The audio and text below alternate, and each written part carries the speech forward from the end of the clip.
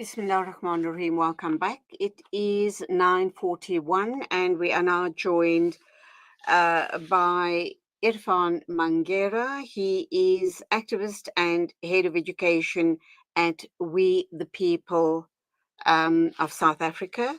And we are on June 16th today being Youth Day, looking at the consequences of the exclusion of South Africa's youth in finding solutions for the country with obviously someone who's deeply ingrained in this space, an activist of note. Assalamu alaikum to you. Welcome to the program. Wa alaikum salam, and thank you for having me. An absolute pleasure. Happy Youth Day. I'm not sure if we should be saying Happy Youth Day. I think we South Africans, young and old, have lots of deep reflections. I think this is what this day is all about. We need to introspect. We do know there's lots wrong in the country, but we also know that we have a huge unemployment amongst the youth. And if that is not addressed, we could be sitting with an Arab Spring. Your thoughts? Absolutely. I think in my adult life, I've started refraining from saying Happy Human Rights Day, Happy Youth Day, Happy Women's Day, particularly because I think one, we're doing a deep disservice to the history of this country in which those days are commemorated and remembered by. And partly also, it is it's actually rewriting history in a way, because instead of us using the day to reflect on the progress made of those sacrifices 49 years ago, for example, and consider it as June 16, 1976 day, we are now simply, trying to recreate a more passive and a more superficial understanding of why those students and why those women and why those people stood up for the change that they wanted to see. And so I don't really wish a happy day to anyone. I wish people use this moment to reflect and to think deeply about the country we're living in and the country we need to build. I think you're absolutely right in saying that we've been saying this for years now, that young people are being left out, deliberately excluded. The programs and initiatives to redress the past are not effective as we'd like. And as a result, there are like 4 million young people who are not in any form of employment, education, or training. And that's further exacerbated by unemployment rate in which over 60% of young people in this country are trying to find meaningful work. So it is a problem. And it's a problem because the structure of society has not changed. And we have unfortunately not addressed the legacies that exist from colonialism to apartheid. And we've not been able to convene to reimagine what the new solutions look like. Irfan, you as a young man, a social activist, being in the space for a long time, you're also one of those people saying that there are going to be dire consequences of the exclusion of South Africa's youth in finding solutions for the country. How important is this? Where and how do you want to see young people, the youth, being involved and engaging at in all spheres of government? They have to be active, and I agree with that. We can't have people that are still stuck in the past, stuck with old ideas, um, and stuck in. We haven't even addressed cadre deployment. We haven't even addressed the large scale corruption within politics. And if we can't get past that, when, how are we going to be able to accommodate the youth? And let's assume the youth do get involved. What do you want them to start addressing? And how do you believe they can hold government and people that are holding on to power for years on end? How can they and how should they be holding them to account? I think that's a very loaded question because it has so many different shoots in which I can respond to. Number one is that exclusion is in multiple forms. And you rightly allude to the fact that at decision making tables, we don't have as many young people There is a slight uptake, for example, in the youth representation in parliament, but that's far from where it should be, given that the majority of this country, the vast majority of this country, is youth.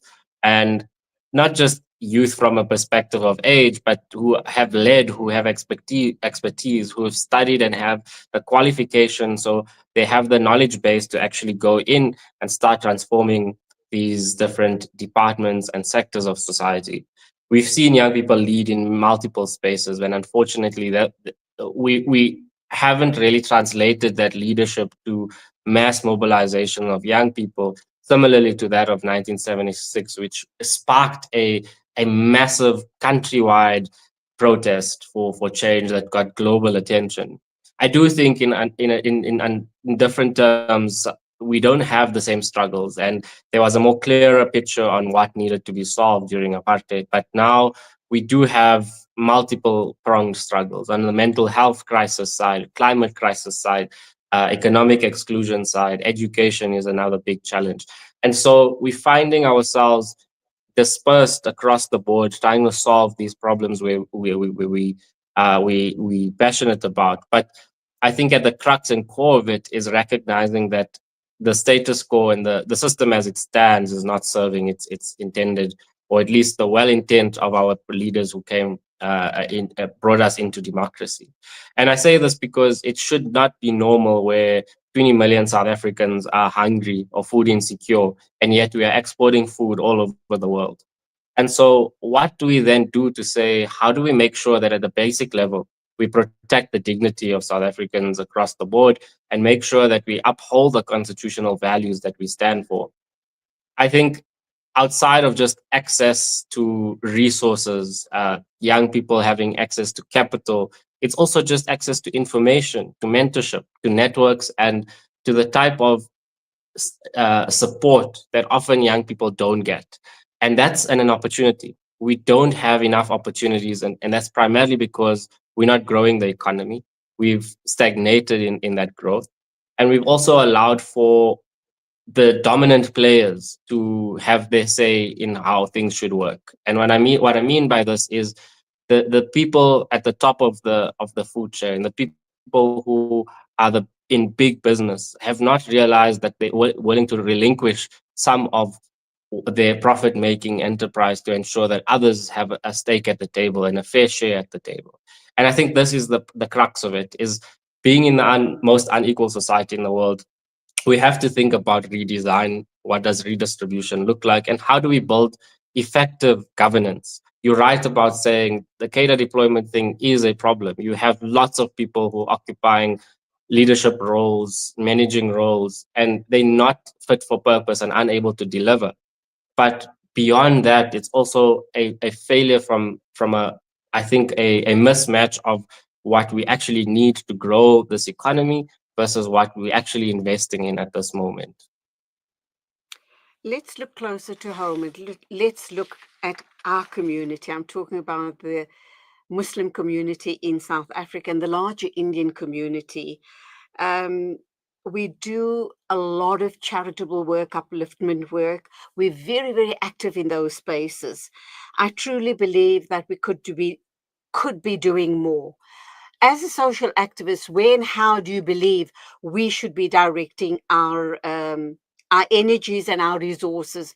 Because I think it could be put to better use and better purpose. Absolutely. And Alhamdulillah, we do amazing work in contributing to relief efforts. But I myself started my activism, at a very community-led level where I was involved in charity initiatives. And I still think it's important to do that from an immediate perspective, because people are not going hungry tomorrow, they're hungry today. And so we need to actually execute that within a bigger paradigm of systemic change. And I say this because there's millions of rands in this community that is being dispensed and distributed towards initiatives far and wide, from uh, Soweto to Gaza. And we have made some impact. But the problem with that model is it's a toxic charity model. You give today, but it doesn't solve the problem tomorrow. And my appeal, and it's been like this for years since I was in leading the MSA and many other structures, is that how do we spend at least 20% on the immediate charitable need, and then much more on investing in the capacity of young people, the ability to influence and drive policy shifts that will actually lead us to transformative justice and change. And there's many ways to do this because we understand Islamic perspectives of Waqf that teach us about community owned production, community owned um, institutions. And it's possible for us to then create an ecosystem in which we, one, building economies of scale where we can actually directly invest in young people's skills and education. But we know that the pipeline from that investment to an actual job is visible and is able to actually meet the demand of the day. Outside of that, I think we also have to be bold enough to say, how do we invest similarly to the same communities? I come from Lens, and there were many organizations, business people, and people like doctors, lawyers, who helped contribute to the struggle. And they did that not in ways where you just front and center. They would house people. They would dispense money towards clothing for an activist. They would dispense resources towards making sure somebody health is taken care of because they were ill and so on. And that's the level, I think, of coordination and investment spend that needs to happen, in which our communities start realizing that we are part and parcel of this South African identity, and therefore our futures are attached to, like Dr. Dadu said, to the African majority who have been oppressed. And I think in this context we're in today is saying that, just to refine that, is that it's attached to the the majority of this country who are still unemployed, who are still seeking a better life, whose the promise of democracy really hasn't delivered materially for them. And I think as a Muslim community, we do have answers and we do have capacity. It's just about where we invest that capacity and how we also not nitpick on the small issues, but actually understand there's a bigger picture at play. Um, you couldn't have said it better. There is another issue here at play as well, as far as our community is concerned and our youth.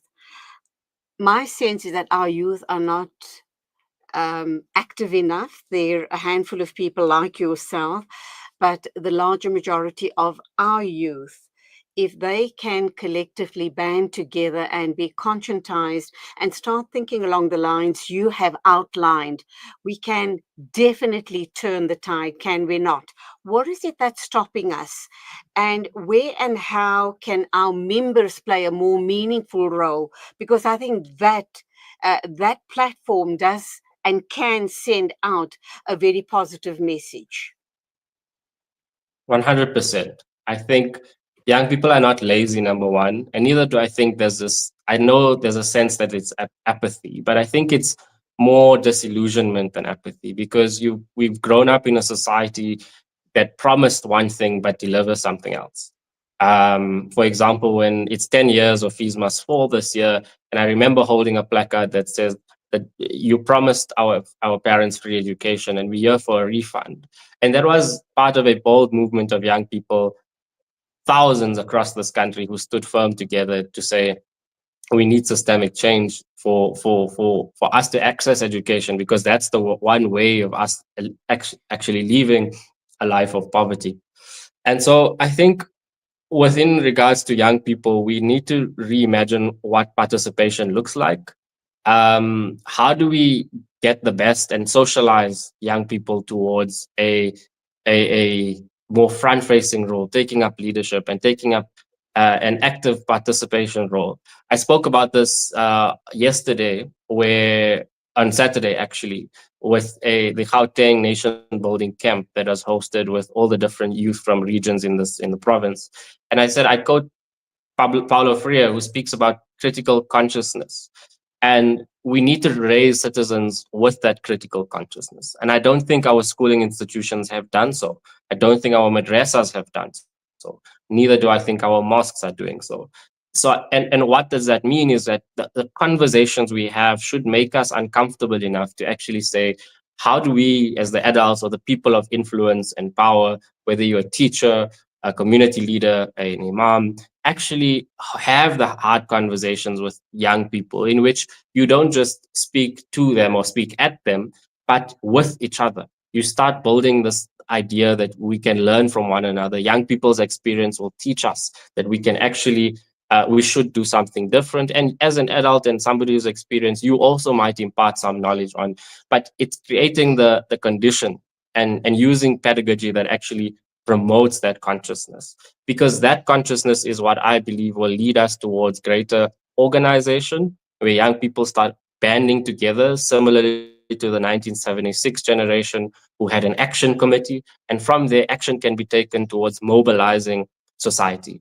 And that's the three principles that I've always worked with, whether it was at the Kathrada Foundation, in my political and social life, and in my current role as the head of education at We the People, is to organize, mobilize, and conscientize. If people understand the history, understand what we're trying to fight against, the theory of change is that you will use that knowledge and information and actually do something about it to change their condition.